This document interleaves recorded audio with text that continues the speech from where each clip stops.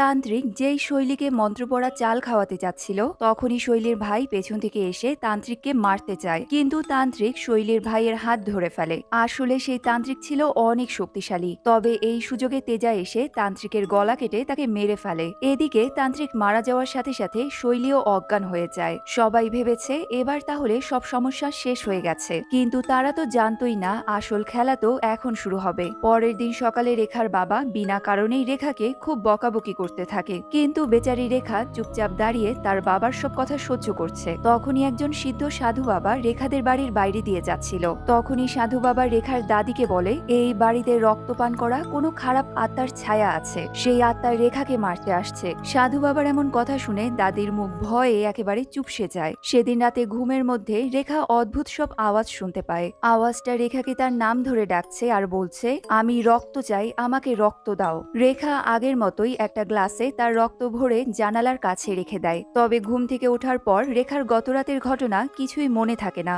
সে উঠে আয়নার সামনে যায়, আর যখনই তার জানালার দিকে নজর পড়ে রেখা দেখে সেখানে রক্ত লাগানো একটা গ্লাস পড়ে আছে। তবে গ্লাসটা তখন খালি ছিল, তার মানে রাতে কেউ এসে গ্লাস থেকে রেখার রক্ত নিয়ে গেছে।